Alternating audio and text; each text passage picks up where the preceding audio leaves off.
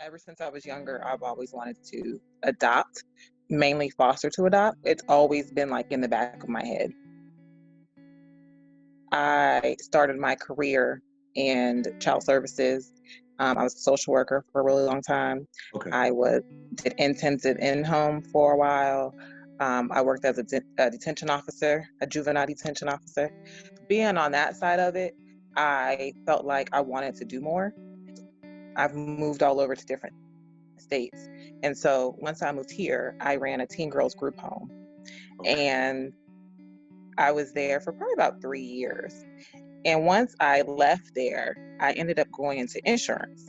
And so That's a big I change. felt, yes, I felt like, how can I fulfill that desire to still help and still want, to help kids? Because that's my passion. And so I decided to do foster care. And that's kind of where my journey began. Okay. How did you find out about UMFS? Was it just an internet search? You heard about our reputation in the community? Well, I actually found out about it because, I ran the group homes. Okay. So we would get kids, who were either going to a foster parent through UMFS, or, we would have mentors or whatever, what have you. But I knew about UMFS through that process. Okay. I did a lot of research to see what would work with my schedule as far Okay. as training, because there is Yeah. training involved. Yeah. And I just found that the other organizations, it took a lot of time and a lot of hours out of my week and out of my day that didn't work with my schedule.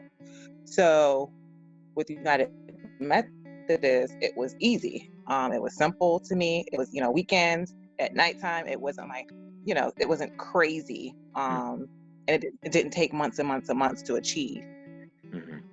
So, um, so that for me is what did it.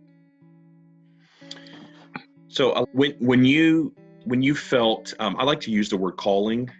I feel like fostering is a calling. Some people are really Yeah. called to foster. I mean, you talked about feeling um, drawn to foster care when you were really young, a child or a teenager. Mhm. Correct. Yes, I was a child.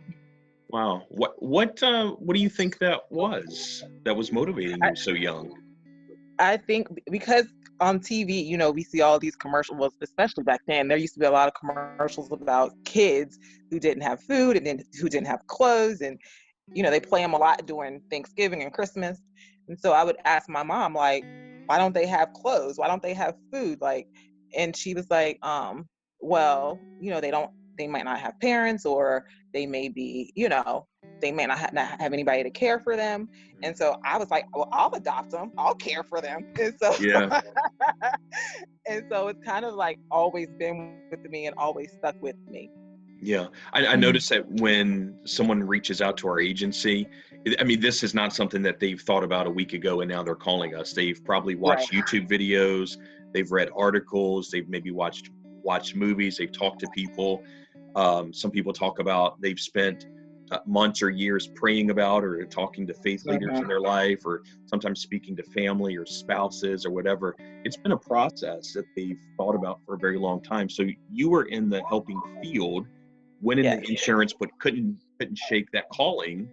Right. And so what else was going on in your life when you reach out to us? Uh, for me, I just think it was the transition. Also, I have a little son, so he does, and I only have one child, so he doesn't have anybody else to play with. So for me, I was like, oh, well, this is perfect. I can get a foster kid. He can have somebody to play with. He'll have, somebody to go do activities with. He won't bother me all the time Yeah. and mommy me to death. So it's been an experience for him as well. Yeah. How old was your son when you started fostering? I think he was 6 at the time. Okay. Um, yeah, I think he was 6 at the time. He's 9 now. Okay. So Mhm. that I appreciate you mentioning that. One of the obstacles that a lot of foster parents or prospective foster parents have when they reach out to us is they comment, I want to be a foster parent. I feel called to do it, but I just feel so concerned because I have a younger child or younger children in the home.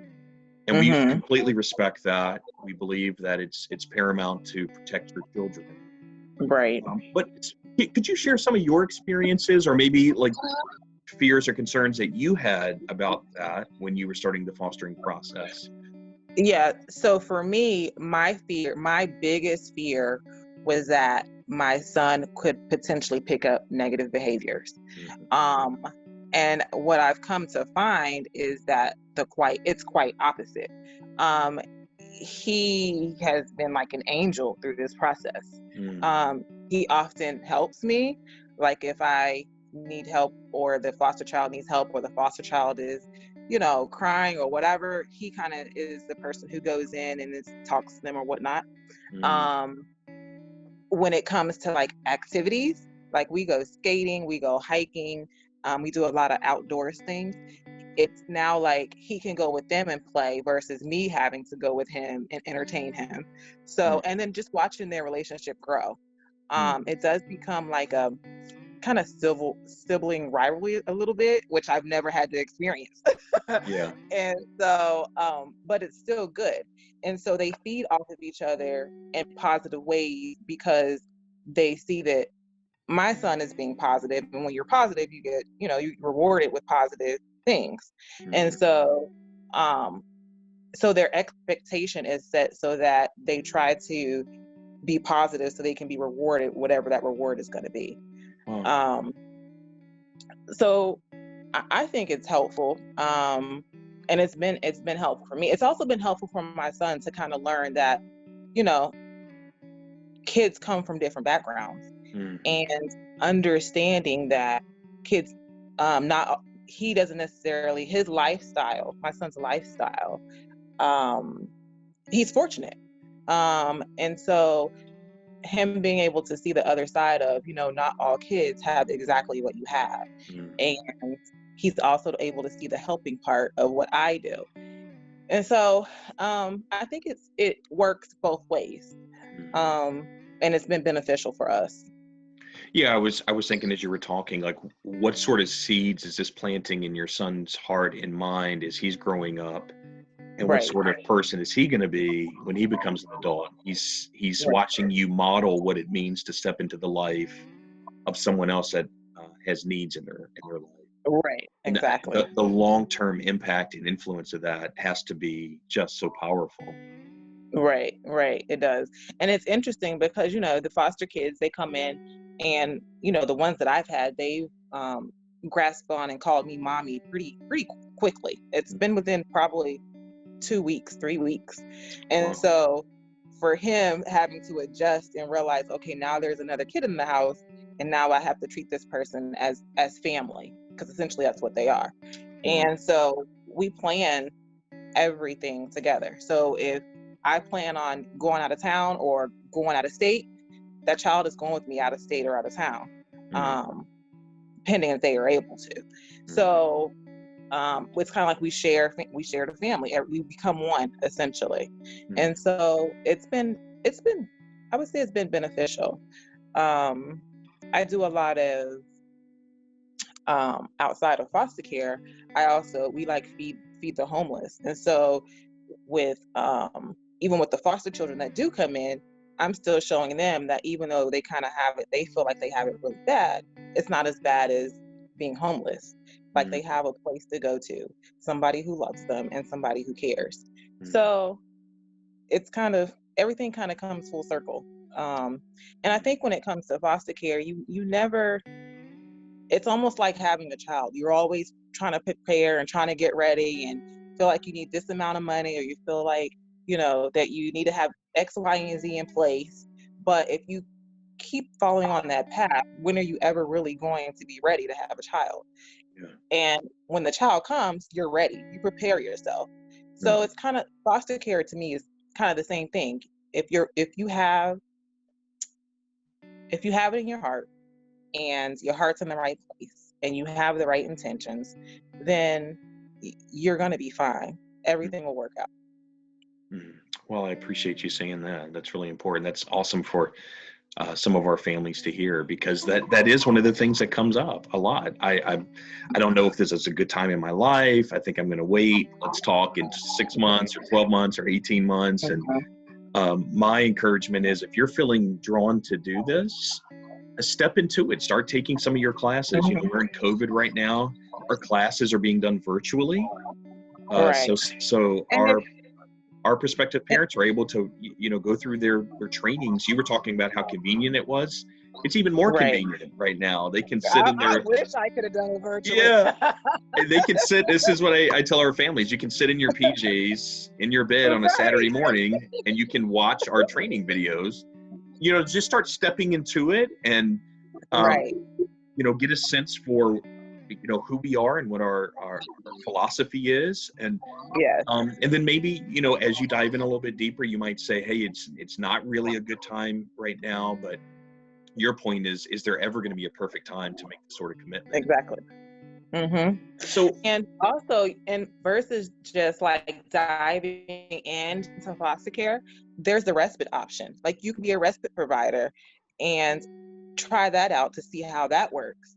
Because yeah. you know, I do respite and foster to adopt. So that can get your feet wet and you can see how it is. Mm-hmm. And you can see the type of kids that come in and the option to put out there what you are and aren't willing to deal with. Mm-hmm. So, and I think that's something that they learn throughout the training process.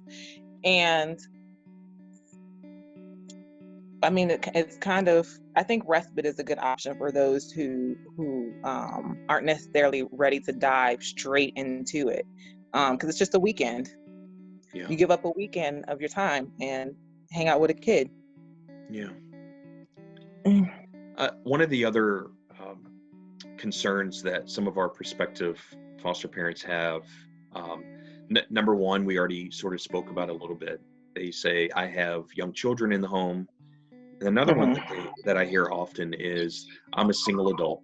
And sometimes, Mhm. really, Shauna, I sometimes really have people say, I don't know if I will qualify because I'm a single adult.